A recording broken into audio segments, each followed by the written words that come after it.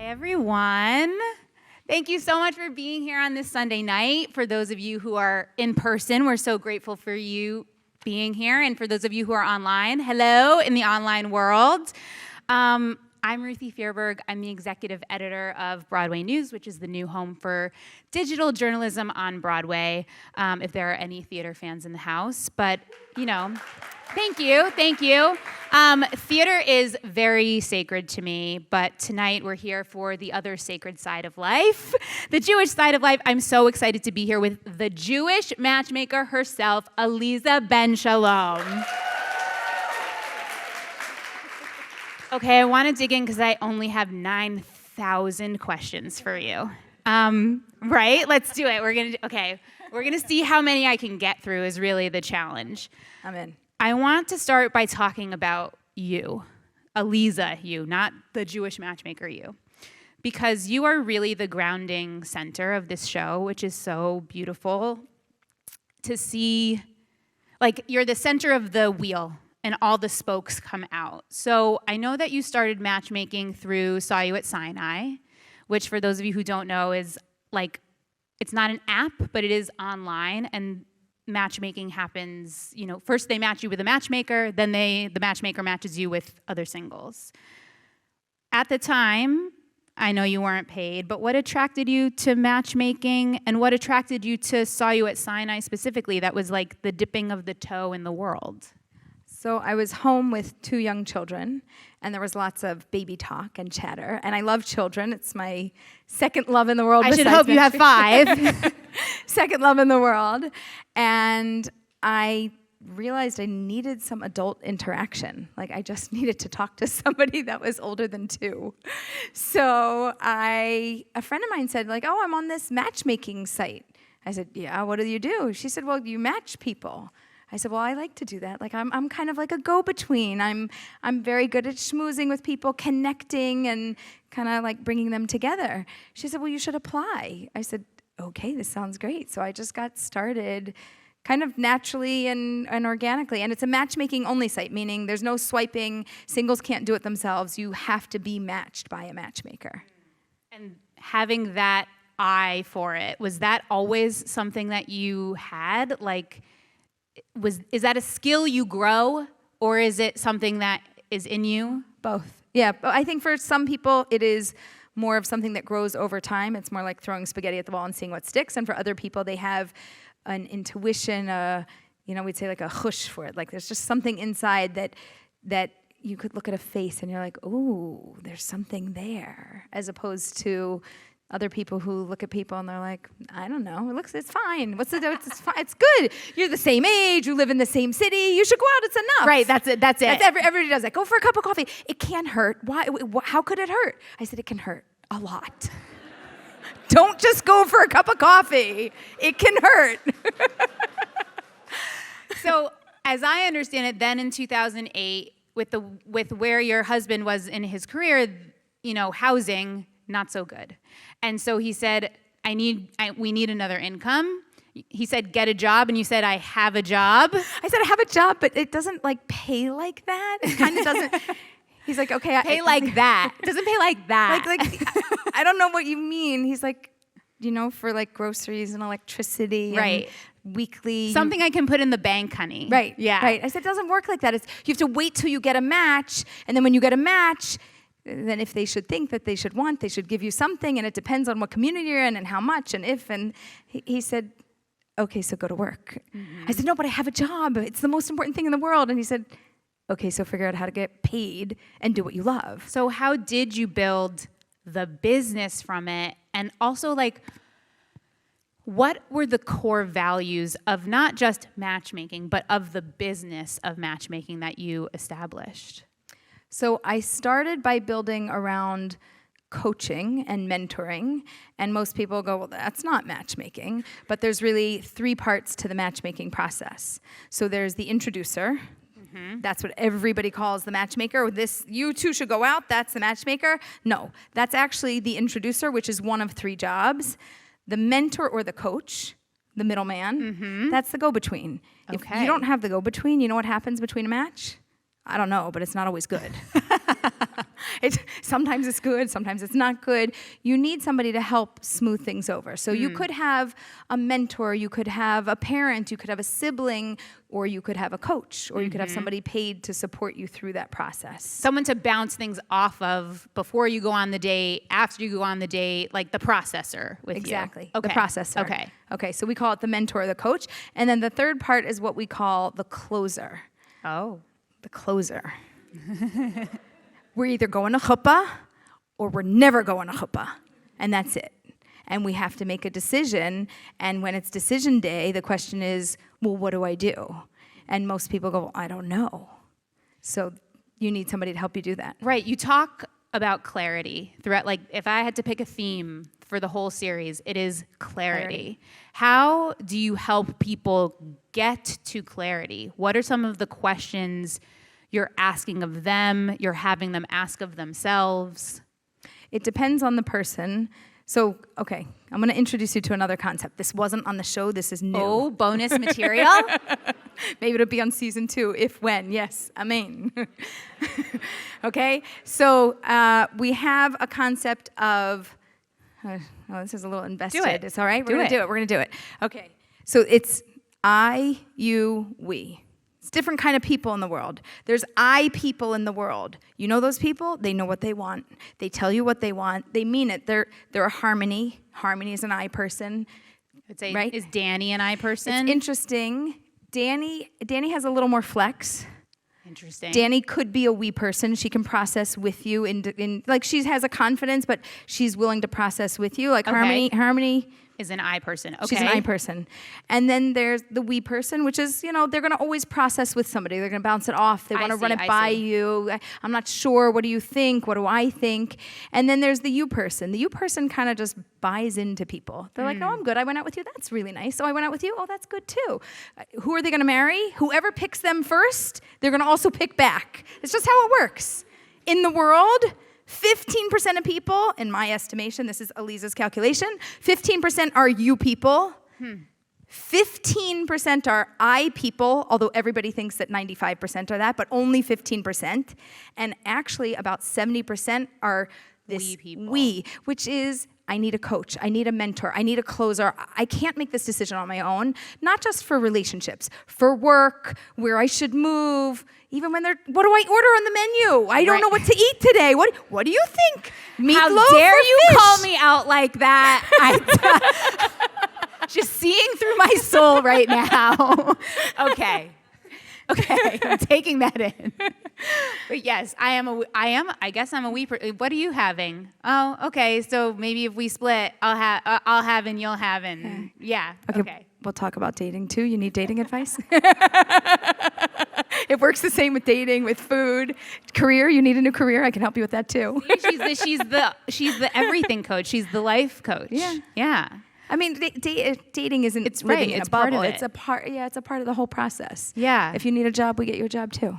So far, I'm okay on the job front. Do we think? I hope I'm okay on the job front, you guys. She's great. But one of the most beautiful things about the show we see from the very beginning is the variety of people that are on here. Yeah. But your personality and your background itself come really to the forefront. And so I want to rewind a bit to before you were matchmaking.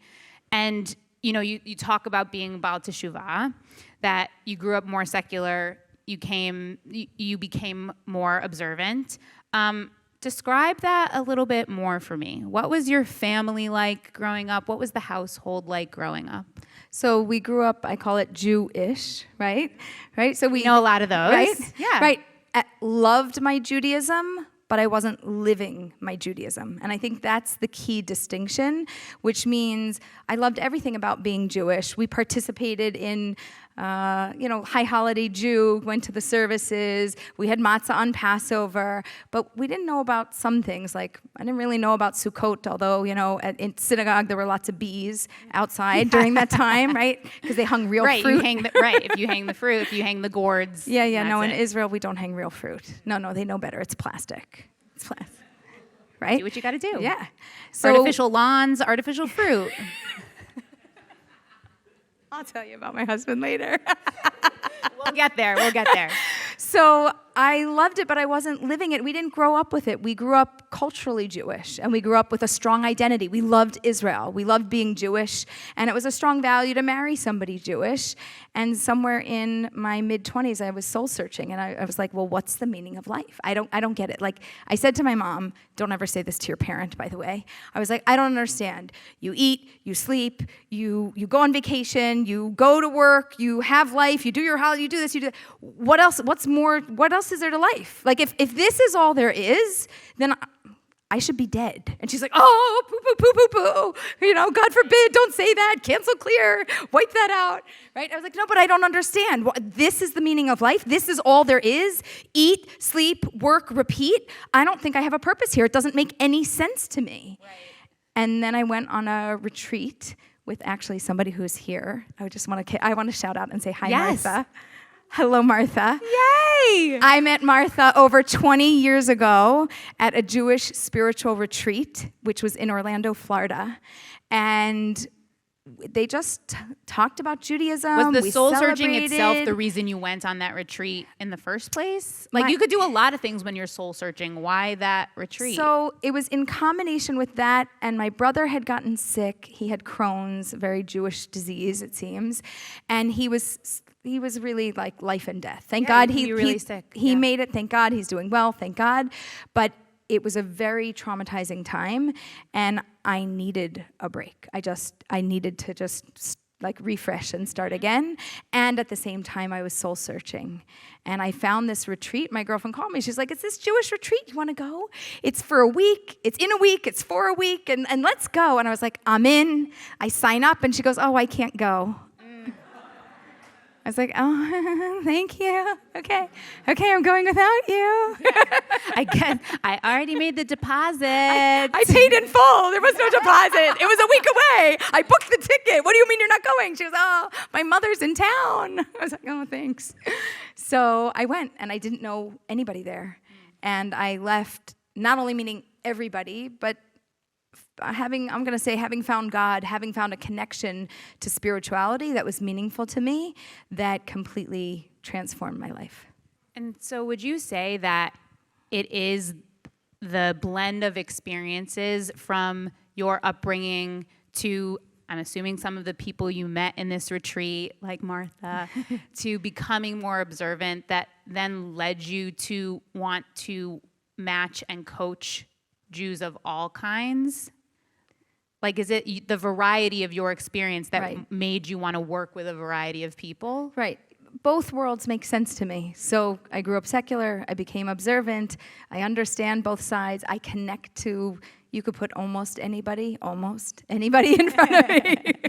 And I can balance a conversation and build a connection. Mm-hmm. And I don't think it's any greater mitzvah to do it with somebody from any different background. It's just everybody needs support in doing this. Mm-hmm. And if I have a gift to be able to do it with a lot of different people, which not everybody does. Most people have, I'm going to call it a niche marketplace. Yeah, like a specialty, like any other field. Yeah, but my specialty is the Jewish people. Mm-hmm. That's my specialty. It says something that not only are you willing or interested in working with a spectrum of people in terms of religiosity, which is a word, Faye. It is a word. Not only do you want to work across that spectrum, but that we see that people across the spectrum want to work with you. Yes. Right? That they feel that they are welcomed and that they connect to you. They do not feel judged by you. That's the biggest thing. And I think that some of the teachers and some of the people that I connected to in life and through my journey always were that way. Non-judgmental, love everybody. Our rabbi who married us, Rabbi Michael Stern of blessed memory, he was somebody who taught about unity. He taught about oneness. He taught about, it doesn't matter, you know? You keep Shabbat, you don't keep Shabbat, you keep kosher, you don't. It doesn't matter who you are and what you do. You're a Jewish person in this world. He just loved every Jew, and it was almost how we were, I'm going to say raised, but it was, a teaching and somebody that we were very close to. No, I am often the more observant person in the rooms that I'm in. I am certainly not, as observant as Jews come, but I'm often the more observant person in the room. And the thing that I always get is, well, I'm a bad Jew. And I always stop them the same way that you stopped Danny. And Yes. I say, are you nice to people?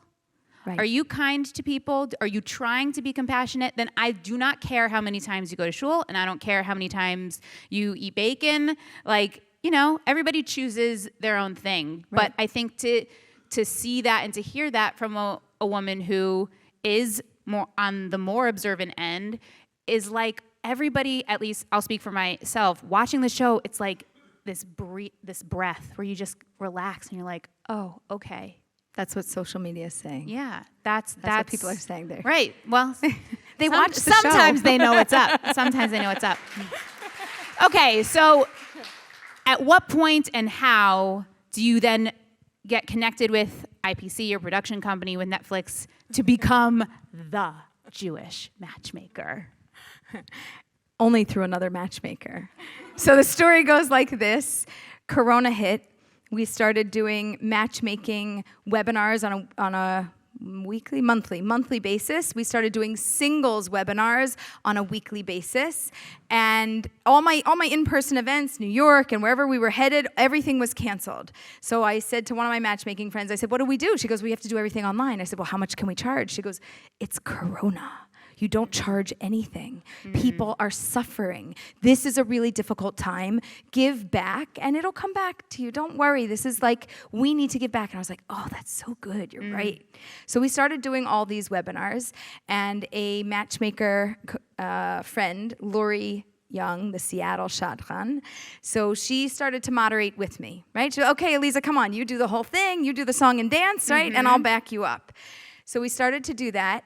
And then Indian matchmaking comes out in the summer of 2020. Yeah. And everybody has watched everything else out there because it's been Corona. Right. And we're in a lull where like things weren't being made anymore. Nothing's being produced, but it was already done. And it came out and everybody watched it and they're like, wow, this is amazing. Lost a whole night of sleep binge watching the whole thing. And I'm like, this is like the Jews. It's the same thing. The Indians, the Jews, we're all doing the same thing. This is amazing. Okay, so I thought that too. And what was really interesting though is I think that there is at least this perception of like an Indian arranged marriage is a thing that at least American culture, I will say by and large, understands that like this is something that many, not all, but many Indians do. This is a part of Indian like culture. over there, but in their culture. And it is and when they look at the Jews, they go, oh, only the religious ones who do arranged marriages still have matchmaking. Right. The idea of having Jewish matchmaking for any level or just like that it's just as ingrained in our tradition, thousands and thousands of years ago and has propagated all of these generations was a surprise to so many people that like this is part of us too. Right. But you're sitting there going, it's me. It's me. Right. It's our history. If you look at the beginning of the show, before it says Jewish matchmaking, it says shadchanut modernit, modern matchmaking. Right. So to make us aware that yes, this is from thousands of years ago, from when Abraham sent out Eliezer to go find a wife. Right, and you explain that in the show, which I love, yeah. Right, but this is modern matchmaking. This exists here and now and today, and we do have websites like Saw You at Sinai that promote using a matchmaker and not having to swipe so that you outsource it to somebody else. And there's kind of a combination of modern matchmaking and traditional matchmaking, and you'll see that in the religious versus secular community, how people operate with matchmaking. It's not something that's, I'm going to call it standardized across like an industry. Right. But I'm trying to bring some standards and some practices. We just had a conference in Jerusalem, the first international English-speaking conference for matchmakers. So cool. Internationally. So we had because you train other matchmakers and coaches. Right. I don't believe in competition. I only believe in collaboration. So if you want to start something with a nonprofit, with a business, with anything you want to do, great. I'll teach you exactly what to do and how to do it. There's enough single people in the world that even if everybody in this room and you multiply it times 1,000,000, we still don't have enough people helping with matchmaking. hardest job in the world. Try And it. you're a mom, so that's really saying something. Okay, Oh, but yeah, so that's easy. So you're doing the webinars during COVID. All right, so back to the story. Yes. Sorry, a story within a story. So we're doing the webinars during COVID, and my girlfriend Lori gets a call because she has this, Seattle Shadchan thing, and they're like, "Hey, do you want to be on this show?" And she's like, "No." And she goes, "But you want my friend Aleeza. She's good on camera. I've been watching her. We do webinars together." And then she calls me and she goes, "I gave your number to some casting something for some show, something. I don't want it, but you would be good. You should try it." I said, "Okay." And a matchmaker made my match with casting. That's amazing. And she closed the deal. You guys closed because here we are. That's amazing. And I understand that you had, once you were on set, once you're working with production, you're not a producer on the show, but you would say, actually, I turn on the cameras from now because I want you to see me kiss the mezuzah. I want you to see me X, Y, and Z. Talk to me about integrating other aspects of Jewish life and getting to know your crew and how that creates the show we see today. So first of all, the crew was phenomenal, and the entire production company, I only have outstanding things to say about them. Love that. They were extremely respectful about Judaism, about what we were doing, and they would always ask questions. And we had some people that were Jewish on staff, but mostly, it was a non-Jewish staff. But they wanted to know every detail. And we also had a from producer, Ronit Poland. Oh, that's exciting. Yes, so I made that match. I do business Yes. matches too. So I told them, I said, well, I want like a stamp of approval on the show. I don't know what you guys are going to do here. So I need some Jewish stamp of approval here. And they said, well, we're thinking of bringing on a from producer so we could have some cultural accuracy and religious accuracy. I said, great. I've got 3 people to recommend. I gave them 3 producers. I said, pick any one. I will be really happy. And they picked Ronit, and she was outstanding. That's amazing. Yeah. Okay, so that's how we see some of that. Let's get into the nitty-gritty of what we all really want to know. How does it work to cast the show? I know that all of these are real clients. What we're seeing is real. Right. It's not scripted. But are these clients of yours that you then hand the production company and say, these are people I'm working with, pick who you like? Or are they saying, these are people who we think are castable for television. Pick who you want to work with. Is it a mix? What's happening? Right, a little bit of a combination. There was basically an open casting call that said, hey, you want to be on a Jewish matchmaking show? Apply here. And then they had hundreds of applications, and I knew if I wanted anybody in, I gave them, my top picks, and then I'd send them like a little message like, this one's from me. Bump them up to the top of the list. I want you to take a look. And they would interview everybody, and then they kind of gave us, a top roster of who they thought would be good for a show. And I didn't have final pick. It's a production company, and you have to make a good program. But I was able to have some input, and we kind of all worked together in choosing the people who would become my clients. And we brought them in, and then in terms of their matches and who I'd set them up with, it was totally open. So I could use people from the database, meaning I know they want to be on TV. The hardest thing was 2 things. 1, do you want to be on a show? Yeah. Yeah, would you like to put your whole life on a show? Would you like to put dating on a show? Mm-hmm. Would you like to put your most vulnerable self on a show? Absolutely. No. You don't? Yeah, I mean, no, I just mean like absolutely to the question. I know. Like you have to take that into consideration. But so many people don't want to do it, and they would have been an amazing match, but I couldn't make a match on the show. So it's easier to start with a database of people that I know already said, yes, I want to be on a show. Sure. And then to go from that to, well, I can't announce who I am. You don't know. Who's the matchmaker? Oh, all the articles, we wonder who the matchmaker is, right? And then I can't go online and say, hey, do you want to be on a show? Right, you can't source that way. I couldn't source. So I had my matchmakers sourcing going in all the ways that we normally do matchmaking. Okay, we need one for this, we need one for that. So, for example, Pam, who dated Stuart, which we didn't see that, But I met her in real life. We met at a program like 8 years ago. She was a comedian on stage. I was like, you are fabulous. Can I match you? And she's like, no, I'm not dating. And I was like, oh, okay. And then I called her and I said, how about for a show? Can I match you? Are you ready? And it was years later. And she said, actually, I am ready. I get to show. Okay. Yeah. I could do that. So she was a real match. David with Danny, he came from my database that we had. We called people. Hi, first question. We're doing some dating thing. We might have a match for you, but are you okay to be on the show? And you know, you got dozens of no's before you hit a yes. So what I'll call the primary client, like the Faye, the Danny, the Harmony, those were new to you, but you had input. And then the people that you match them with are also real clients of yours or someone in your network. It could have been from their database. Like, it could have been from the show database. Faye was also an example of somebody that I knew before, and I called Faye, and I was like, Faye, would you like to be a Kiddush Hashem? Would you like to be a beautiful light, share beautiful wisdom, and be an inspiration to people? And can you do that on television? In front of like millions of people. I know you don't own a TV and you probably are not subscribed to Netflix, but would you mind to be on it? And she's like, what? Can you tell me more? Let me just check with my rabbi. Let me get back to you. Yeah, and we're gonna get into more with her soon. Okay, I want to excavate the matchmaking process a little bit as we see it here. What questions, if any, do these people answer before they meet with you?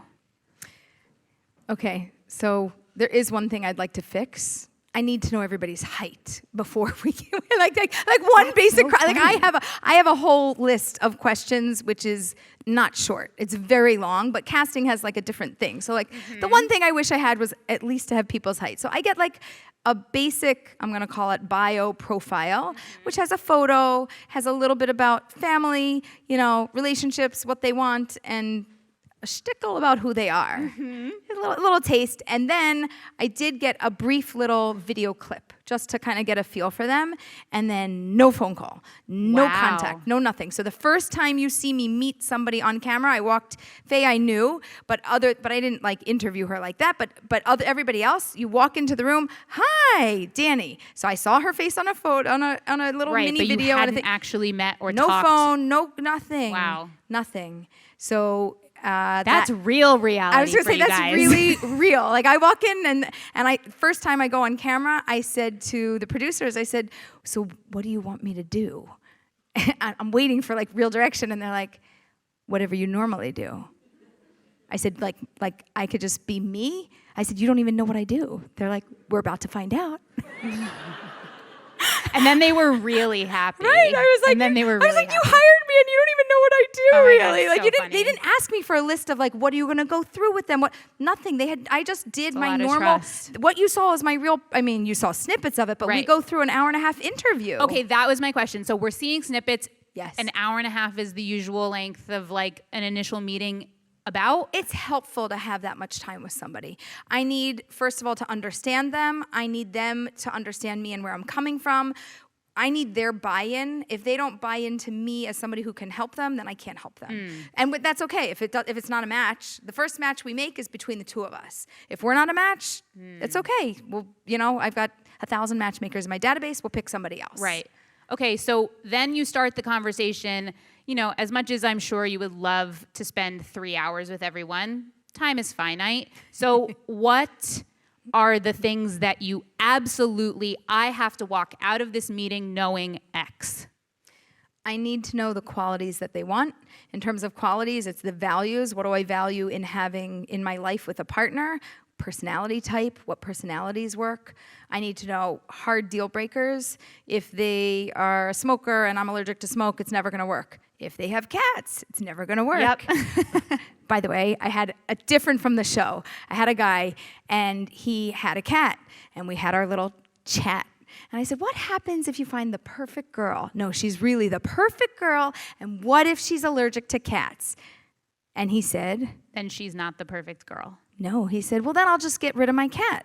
He did. I said, oh, yeah? Good. Find the cat a home. He said, what? I said, I want you to identify a place where you are going to offload this cat, which is an older cat. Where are you going to put the cat? Because God plays, God has a sense of humor. I don't know what's going to happen, but she might be allergic to cats. He called me back a week later. I got a place. Yeah, don't worry. The cat's going to stay down the street. I have visiting rights. We worked out a deal. I got a whole system. I said, okay, I'm in. Good. He goes, that is a marriage-minded single right there. Marriage-minded. Totally marriage-minded. I said, great. He's in. I'm like, good. We bought in. Like, now whatever happens, great. Either you can keep the cat because she's not allergic or you'll get rid of it. I don't know anybody who is more allergic to cats than his wife. She's allergic to everything. She's allergic to the sun and the weather and the cats and the everything. And he's not allergic to her. He loves her. Oh my God. They're the sweetest couple. They are amazing. the sweetest. But look at you, sweetest. you asked that from up front, that you just knew to ask that. So I guess you're a professional. But what I want to do is I want to know the hard line. Had he said to me what you said, forget it, out, no deal breaker with cats, I would have said that you need to put in your dating profile, if you're allergic to cats, I'm allergic to you. That would be an opening line. It would be gorgeous. By the way, I've never said that before. Somebody should write it down. It's good. It's good. I mean it. Okay? But that's what he should have said. And I would have gone with that just as easily as he went this way. I just want to see where the flex is. And once I know the border, we don't cross it. Okay, but how do you know so you're saying, I need to know what you want. I need to know what your values are. What happens if what you're observing is that a person is listing what they think they want, but not what they actually need?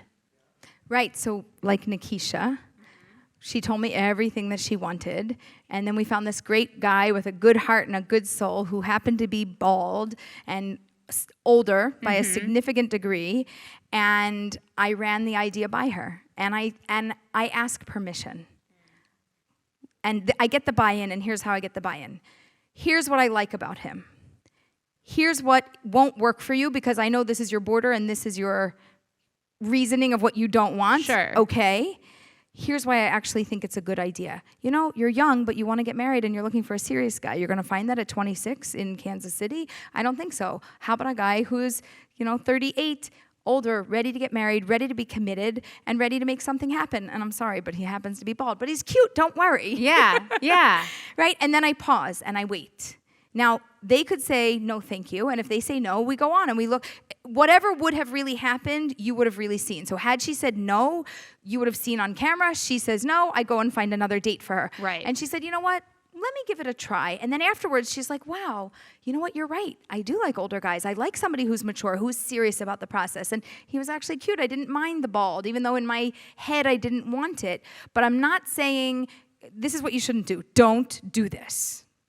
Don't tell them you're too fussy, you're too picky, you can't have what you want, you're being unreasonable, you just don't know what's good for you. All of those things break the connection, and now they don't trust you because you don't understand them. People want desperately to be understood. They want to be heard. They want to be validated. And when you validate, hear, and understand them, then maybe they'll shift. Not always, but they have the opportunity to shift because I didn't shove it down their throat. Right. But what if it's not age or location, or what if it's like Danny, for example?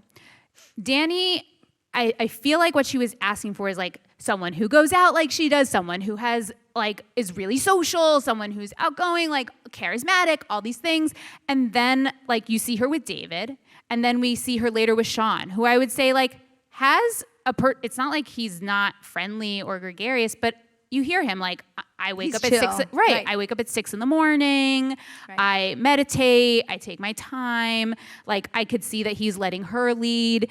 And it's you think you want the charismatic, magnetic life of the party organizer. And then what you actually need is the reserved, I'm going to let you be the star, what have you. How do you navigate watching the qualities be different? What I like to do is I like to first give them a match of what they want. If it doesn't happen to work, then I ask them if they're open to trying something different. Okay, we did a Danny pick. Can we do an Aleeza pick? Yeah. And play with it a little. It's gotta be fun. Yeah. And you gotta buy into what they want. in the end of the day, do we know that what they want isn't going to work? You don't know. I'm not God. You're not God. We don't necessarily know that it's not going to be what works for them. So we have to be open to the possibility that it could be okay. And then we watch it and then we move on if it doesn't work. Yeah. Okay. Real question. Not that these were all fake questions up until now. But real question. If you think that someone needs like a little practice dating, do you hold back on giving them like the match that you think is going to be great? Do you ever set them up with like, this is a good date. This could be a match. I think the A++ is over here, but I'm going to give them the A- first to warm them up before they get to the A+. No, I'd give them a mock date. With like we do, our matchmakers, we got a whole slew of people that do all sorts of things. So I would send them out on a mock date and run that first. And I would never hold back a really good, you always want somebody to be ready, but if you hold back a good match, the timing always has to align. So you just might miss the timing. And you miss the timing now, and I don't know when it's going to happen. So there's this catch-22, like, oh, but they're not ready. Oh, but it's a better match. So I would do all the coaching. This is where the mentoring and the coaching, I would lead with that before I even bother looking, prep them. Wow, you're in a great space to meet somebody. Boom. Okay, now let's bring that person to the table. Okay. I find it amazing that when you're talking about, I ask people what they want, and you have this moment with Ori, not with him, but off camera, when you say like, Spice Girls, tell me what you want, what you really, really want. Like, you're not going to offend me. Right. And like you said, I'm not going to tell you you're too fussy and you're too picky and all these things. I'm going to try and find you what you want. Physically, this becomes like, I'm talking about in the physical realm. Tell me what you want. At the same time, we have this amazing explanation throughout the show of the practice of shomer negia, and that you can try it for a few dates, you can try it for one whole relationship, you can do what you want. How do we, I'm talking like globally also as Jews, like reconcile the duality of the importance of physical attraction, finding someone who is your type, but that the idea with shomer negia a little bit, if I'm misunderstanding, please correct me, but that the idea is that physical intimacy is secondary to the emotional intimacy. So how do we reconcile that, like, we're looking for a physical type, but actually physicality is second? So we're a combination of body and soul. We've got our insides, we've got our outsides. And if you look only for the insides and you're not satisfied with the outsides, it won't work. And if you look only for the outsides and not for the insides, it also won't work. So there's a certain balance, and people usually, nobody's down the middle, dead center, people lean one way or the other. So you see with Uri, right, he's leaning heavily into the physical side. I bet if I said to him with Karine, after they met, if I had said to him, listen, if you want to win her over, you want to see how this is going to go, 5 dates, no touching, give it a shot. Bet you $1 million he would have said, okay, I'm in. Right? Because he was already attracted from the outside.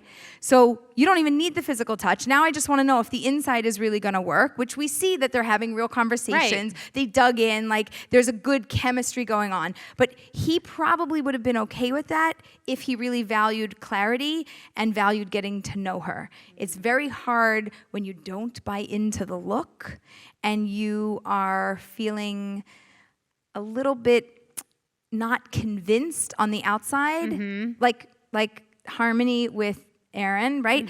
Right on the inside, she's like, everything Aleeza gets me on it, like this. Wow, high quality human, right? This is really an incredible human being. But I gotta let my eyes catch up, and letting our eyes catch up, we're not so forgiving with that. You know, letting the inside catch up. Let me see. Oh, we'll just go a couple more times. Maybe you'll be a little nicer next time. Yeah, they won't. No. They won't be nicer in 2 years either. And in 5 years, watch out. They really won't. And in 10 years, you're not even going to make it that far. You're going to be divorced. It won't matter. It's not going to work. Well, that's the whole thing, right? It's not, you say, you're going to get married. I want you to stay married. Correct. Yeah. And correct. I think one of the things that's so difficult is that people evolve over time. And we all want to be evolving and improving. Yes. How do you find someone who is going to evolve with you. Like, you might be a perfect match in this exact moment. How do you know you're going to stay a match as person one and person two both continue to change? Right. So it's similar to a plane that is heading from point A to point B. Even if you put the compass, whatever, you're heading in the right direction, it's always going to veer a little to the left, a little to the right, right? But what happens? The pilot's there, and it pulls the plane back to center, right? So it's okay that we're not exactly the same in this moment, but we pull ourselves back together. Oh, now we're a little bit off. Now we pull ourselves back together. And that's the dance of a relationship. A long-term relationship takes work over the long haul. And just to say, oh, we grew apart. Well, yeah, that's what happens to everybody. We can always grow apart, but did you work hard to bring yourselves back together? Did you bring yourselves to balance? Did you find points of connection where you can meet and you can actually build the life? And by doing that, you will have a long relationship with somebody that will shift and grow, and it will take twists and turns, but it's always going to bring us back together. So it's the commitment to wanting to get back to center. I mean, what's the option? You're going to go find somebody else? Because that's so easy. Well, I don't know. Yeah, it's not so easy. Everyone's like, I'm going to get divorced. It's fine. It'll be better the second time around. I'm like, well, sometimes that's true, but a lot of times it's not. And then I have people that come to me. They're like, I wish I had you like 10 years ago. I probably would have stayed married. Like, it wasn't as bad as I thought it was. So sometimes it is as bad. I'm not saying there's not room for divorce. Yeah, of course there is. Of course there's reasons. But there's a lot of times where we are 50% of the problem in our relationship. And when you get out of it, you take 50% with you. And now you get into a new relationship. So if I didn't learn what I needed to learn, and if I'm not who I needed to be in that moment, I'm going to continue to mess up. So I may as well continue the relationship, practice where I'm at, and try to save it before trying something new. So what can people do on dates to continue to narrow and get more clarity and find out if this is the person you can keep coming back to center with? So I like that people in relationships, there's, kind of like an up and a down and an up and down, right? Connection, disconnection, it goes in waves, right? First date was good, second date not as much, third date was good, fourth date was good, oh, and then we had a lull, right? I do not like this. In dating, it is horrible. No spikes. Okay. Yeah, I break people up like that. Don't think I get everybody together. I don't. I break lots of people up. They don't like me. That's interesting. No, they get mad at me. No, but that's important too. Very important. To know just as much what is a match as what isn't a match. Correct. Okay, so we don't want to look like a heart monitor. None of that. No. And we don't want this. Do you know what this is? Boring, routine, up and down, the same old thing with the same old person. So what do we want? Like this. Got to go up a little. We're going to go down, but we're going to always keep climbing a little bit higher. Our next up is higher than the last one. Our next down is a little bit higher. Like, we still, like, my husband and I, we still fall. We trip up in our relationship, but we got a little better at it. We laugh a little sooner. We forgive a little easier. We come around a little sooner. It's not as hard or harsh. Everybody has their moments, right? We're going to always, but we should be going like this. And that keeps it fun and upbeat and playful and energetic. So in a city like New York, since that's where we are right now, I think there are two big things culturally that I found going out on the very few dates that I did.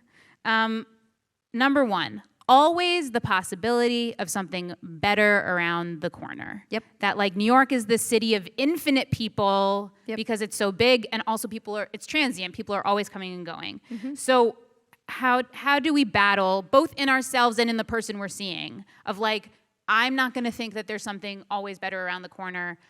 What do I do when I really like this person and they seem like they always think something better is possibly around the corner? Move out of New York. I'm not kidding. Quickest way to get married, move out of New York. So, any other suggestions? Okay, so it goes like this. I do a little bit of logic and reasoning. I like to play with people's minds and hearts, not play with them, but for stretching Experiment. them, expanding their consciousness. Have you ever met anybody before this person that you liked this much? Maybe, yes. Did they like you back that much too? Oh, no, that's why you're not with them? Interesting. Anybody else that's really been a great match for you? How many of the last 10 people that you dated, how many of them were such a high quality human as the one that you're dating? And you're like, none of them. That's, yeah. But there could be somebody that's better. Okay. How long you want to wait? Right. No. A year? No. We got to go through it. A year? 2 years? Are you cool with 5? Can we wait 5? What if your perfect person comes in 5? 10? 15? Okay. So Well, you're grounding it back to the reality of the situation rather than the imagination. You is have what it a seems human like. being in front of you, that high quality human. HQH. New term. Season 2. Amen. Amen. Okay? Right? We have a high quality human in front of us. You want to walk away from that? Why? Because it's not exactly the look. Oh, okay. But they treat you really well, and they have good character traits, good values, families work, like there's a nice vibe, you have similar goals, life visions, and you want better than that? I know. You want it in a different package. It should look different. It doesn't come different. You can have this. You could have a different package. It's going to look different, but you're not going to get this on the inside. Are you okay to walk away today from this? Are you okay? Tell me you're okay. We'll go find somebody else. And then I say, don't tell me today. Wait a week. Sleep on it. Call me back. Okay, so that's the first big thing in New York. The second big thing is, for those of you who have read Eat, Pray, Love, the idea that every city on the planet has a word. And I would think that the word for New York is achieve. That we are all here, or many of us are here to achieve the dream, often tied to career, right? This is the place of ambition. This is the place of goals.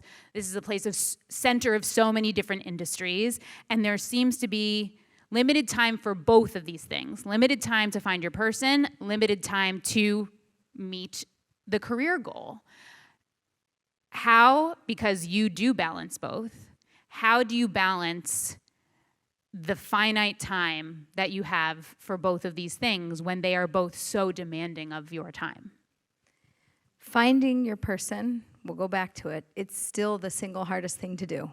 You can get a job, you can get a new job, you can start a business, you can close a business, you can start a new business. You can get a person and get married? Not unless they agree with you, not unless they're on the same page with you. So I could build my life, I could buy my house, I could buy my car, but I can't get married. I can't do that. I got to get somebody else's buy-in to do that. And the longer that we wait to do that, the more pressure we start to feel, because when we want to do it, I got my job, I got my car, I got my house, I made everything happen, and I should be able to snap my fingers and I can do this too. But I can't, because it's not I. It has to be that us together, we are doing this, and I can't do it without somebody else's buy-in, and I don't know when that's going to happen. And I'm looking at the whole world, and there's plenty of options. Today you can be up at any hour, sitting in any country, and you could have dozens of people to match with instantaneously. But still, finding your person, you still can't do it.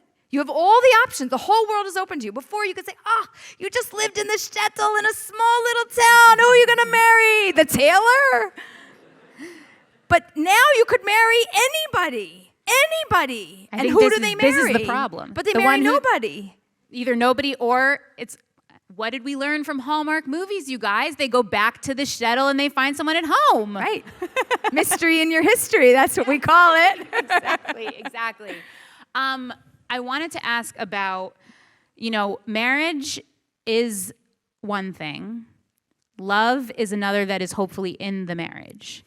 But I feel like this is why, when you think we're talking about, do you want the same thing? Are you finding the person who wants the same thing? Sometimes people, I come from a family where there are some people who have arranged marriages, and I have friends who be like, they were arranged, how awful. I'm like, makes so much sense, right? They know that they want to live their life this way. They match with someone who wants to live their life this way. But there is an acknowledgement in those specific situations that, we're not going to love each other at first. We're going to hope that the love grows. Is it It's possible? not a hope. It's not a Okay, hope. talk to me. So love, the root of love in Hebrew, ahava, the root of it is hav, which is giving. Okay? The root of love is giving. Why do people fall out of love? They don't fall out of love. They stop giving to each other, and they're not creating love. So we're not falling out of love. We're lacking the constant creation of love over and over again. In the beginning, what do? Oh, he buys you flowers, and you go out to dinner, and you make time for each other. What's everybody doing? Giving of time, giving of gifts, giving a listening ear. We're connecting. We're building a relationship actively. And then we get married, and sometimes we forget to be giving. We're just doing, or we're just being. And the giving part stops, and therefore the growing stops, and the love lacks. There's this lack of progression and development. I loved you, I love you, but it's not I'm loving you. And my husband and I, we took a class when we were first dating.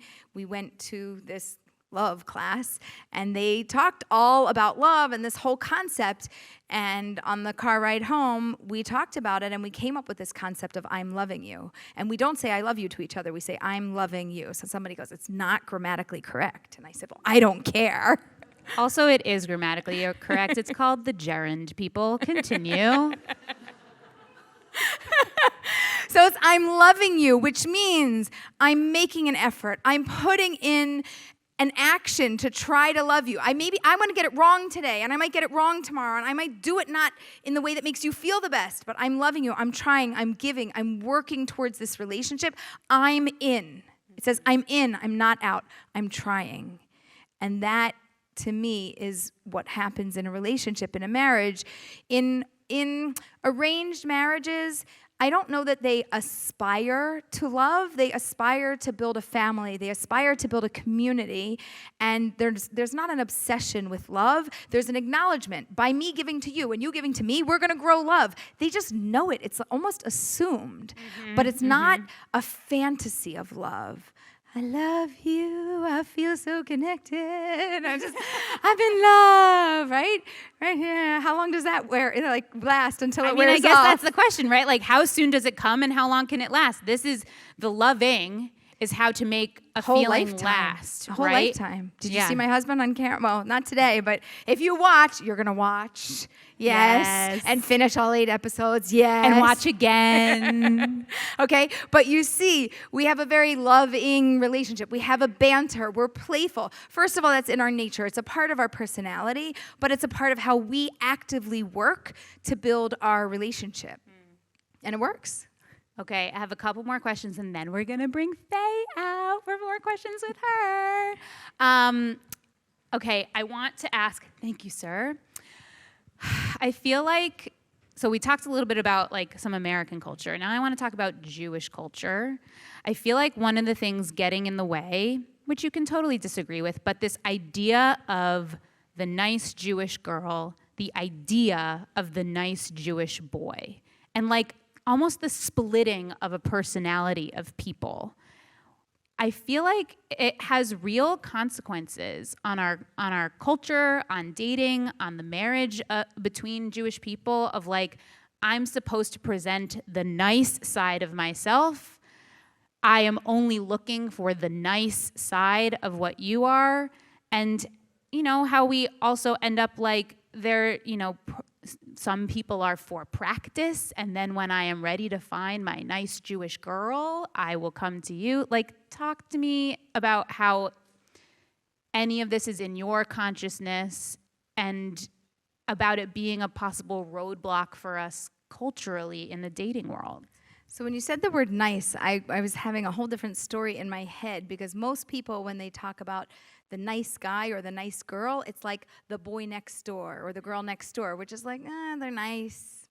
Yeah, it's not a harmony. Right. Like, when we talk nice guy versus bad boy, I agree. Right. That's the thing. But like nice Jewish girl is like, to me, right, I'm going to bring the one to bring home to my mother. To bring home. Right. But who doesn't have any other side of her personality. I think people want a good human at the end of the day, a really high quality human.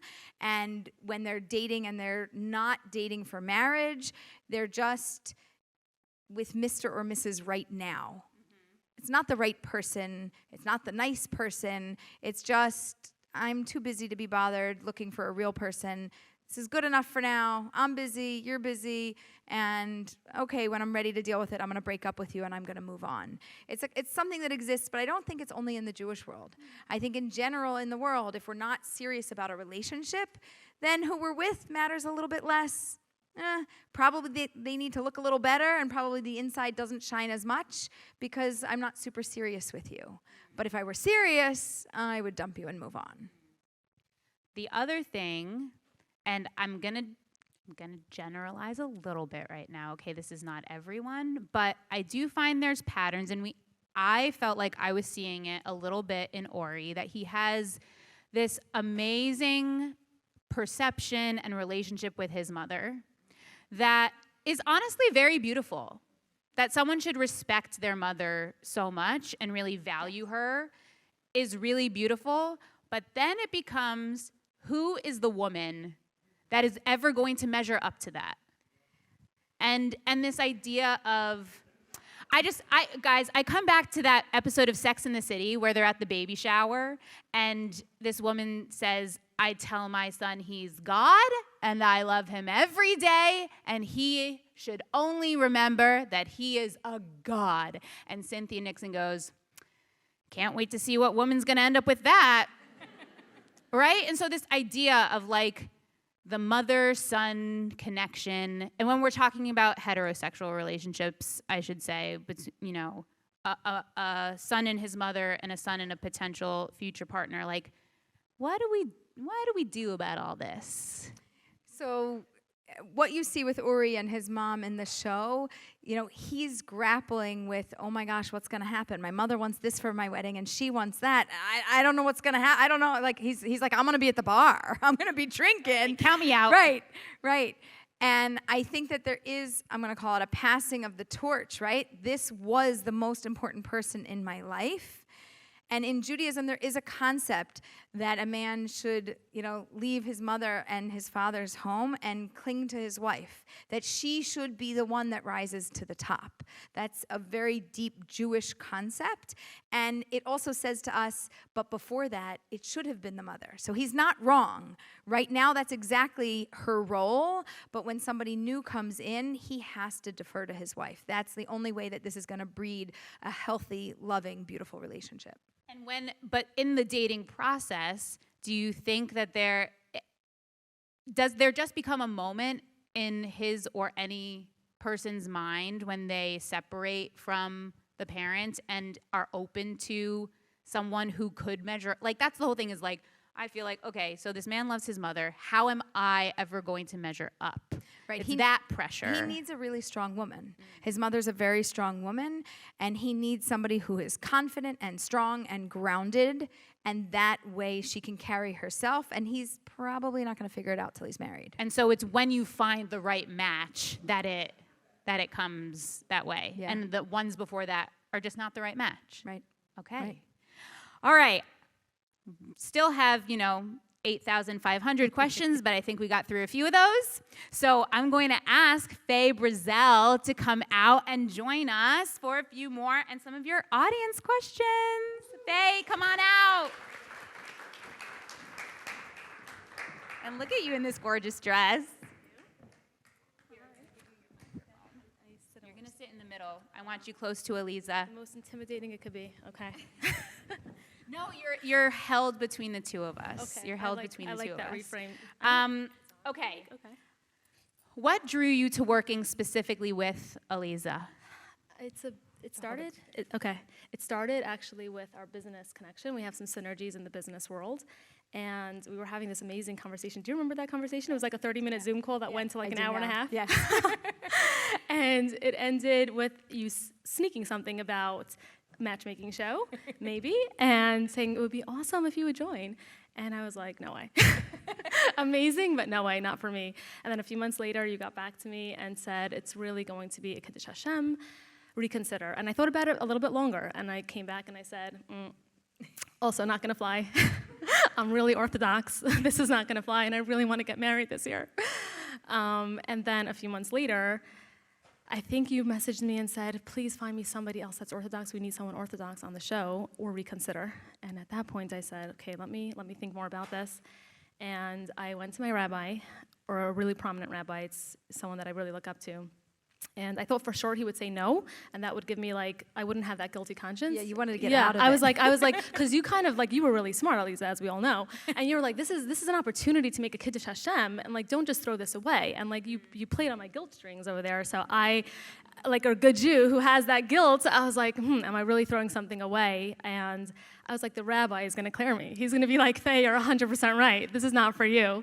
But no, instead he was like, you could do this. You could do it. Yeah, when you came back and told me that, I was like, no way. I want to meet this rabbi. Who is this rabbi? I need to meet him. Everyone wants to know the rabbi. Yeah. Now we all love him too. Well, you know what? This is the beauty of asking a rabbi, because I don't think anybody on this world could have foreseen the Kiddush Hashem that we made. Only a rabbi that has like siyata dishmaya, which I don't know how to interpret for everybody that might not know what that means. Divine foresight. Yeah. Like only he could have had that intuition to say like, you can do this. And I went there with my mom. My mom's in the audience. Hi, Mom. And we walked out there with like our mouths dropped. Like, are we gonna do this? Like he said you could do it. Are you gonna do it? Now he gave you permission. Now you had to make the decision. Now I actually had to like face my own fears. But I was so sure he would say no. But he was like, no, you guys can do this. Yeah. See, that's an example of a we, right? Yes. Processing through. Yeah. As I was sitting there, I was thinking, am I an I? Am I a we? I'm definitely not a you, but I'm torn between whether I'm an I. So okay, so it like goes in a wave. So like you could be like a we I. Okay. Yeah. And there's also a we you. I didn't teach you that, but there's you know there's nuances. Still things nuances. to learn. Stick with me. Exactly. We have a question from our audience, actually. Oh, what are some of the pieces of advice from Aleeza that we didn't get to see in the show, end up on the cutting room floor, that you felt really helped you out? That's a really good one. I think that Netflix did an amazing job, and I think a lot of what we spoke about was on the show. I think one of the things that I want to underscore that you said that I loved was how you can only go as fast as the slowest person on the team. I had that like cheesy smile because you reminded me of my best friend that I go walking with, and I'm like, leave her in the dust every time. But it reminded me, like in the dating world, how it's so true, and like you can sometimes pressure yourself to go faster, that like meet the other person. And I was like, no, you go as fast as the slowest person. Like that's what you do, and it's okay. And I love that. I remember it because it so resonated. So I really wanted to point that out. This is a question. This person put their name. This is Sharon, who binged the series in the first 2 nights. Thank you, Sharon. Tell all your friends. I didn't even finish it yet. I think that we answered this a little bit, but if you want to go into it more deeply, what happens when you get someone whose expectations are totally unrealistic? So, the sigh. I listen a lot. I ask a lot of questions, and at the end, I usually ask, so how's that working for you? Like a real therapist. Then they're like, well, I mean, that's why I'm here. You're going to fix everything. And I was like, well, if you couldn't figure those pieces out, I'm not so sure I can either. Like, maybe we need to, like, reimagine this. Are you open to that? Is that something that you can handle? And sometimes they can and sometimes they can't.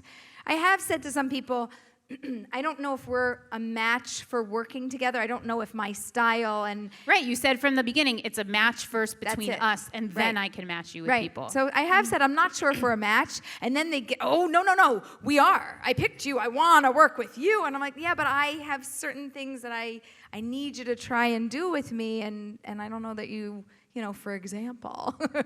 Right. I don't know that you want to do it. I feel like we even saw that on the show. Like there were some expectations that were a little bit unrealistic or just very, very narrow. And you really like held that so well. Like you had your look on your face that was like, I understand you, I get you. But like I'm not gonna just like kowtow to that because it's on the edge. What would you say is a misconception specifically about more Orthodox from women, from people that you were hoping to correct through the show and through now, like some of these appearances that you're able to do afterwards? Sure. Actually, I would say that's probably one of the main reasons I agreed to be on the show was to show the beauty of a frum Jew. I think many times we're misrepresented in media or totally absent because of the fear, because of the exposure. And I think that there's, stereotypes that were stifled or suppressed or, other nice words. But, I think that the truth is there's so much beauty, there's so much power in a frum person. We're empowered, we're powerful. The respect that we have for ourselves and our bodies and our boundaries, we command external respect. And I'm proud to be, representing that. And I think that everyone that's appreciating that, like, you're part of that. You're part of bringing out the beauty of a frum person or a religious Jew. And I'll say that even just, it's so personal, but watching you on a date, right? I think like shattered so many expectations, because I think there's this idea that it's like very cold, right? That it's like very detached. But I know from so many people that even though it didn't, go down a road to closing, there was something very special there. And people say that like you and Shia were the favorite relationship of the season because there was so much chemistry and there was so much spark and there was so much fun. And like, again, like not everything has to last for it to make a difference in your life or other people's, but like to see that from the frum date, right? You see less chemistry in Harmony, who's like off in these, like, the one-on-one saying like, I need someone that I want that I have the oomph with, and it's not there. And exactly, right? Like exactly. That it's not it's not all or nothing. 100%. And our restrictions like liberate us because we're not focused on that, like, I have to feel that spark. All of a sudden, you're free to like get to see a personality and laugh and just be present with another human. And I mean, I have to give a ton of credit to Shia for his personality that brought out my personality in that moment. But I think that, 1,000,000% what you said, like the restrictions are there for a good reason. And I think that was pretty clear from feedback. Yeah. Okay, we have to wrap up, which makes me so sad, but I'm so glad that all of you joined us. So I'll end with this question to you both. If there's a season 2, when there's a season 2, will we see you back again, Faye? Would you be down for season 2? This is the winner question. A married version of myself. I'd like to see a married version of myself. Amen. And I hope, would we see some follow-up from the people who we've gotten to know over season 1? I think what happened in Indian matchmaking, where they did follow some people and had some follow-up, I think that we would have something similar. Good, because I need some follow-up. I need some follow-up. Well, thank you all so much for joining us. Be sure to watch Jewish Matchmaking on Netflix again and again. Tell your friends, tell your family, tell your shul. You can find Aleeza at marriagemindedmentor.com and on Instagram at Aleeza Ben Shalom. You can find Faye at, tell me your Instagram again. Faye Brazel. And at OK Clarity. At OK Clarity, also. exactly, yes. You can find me at RuthieFierberg.com or BroadwayNews.com and on Instagram at Ruthie Fierberg. I'm Ruthie Fierberg. This is Aleeza Ben Shalom and Faye Brazel. Thank you all so much for being here.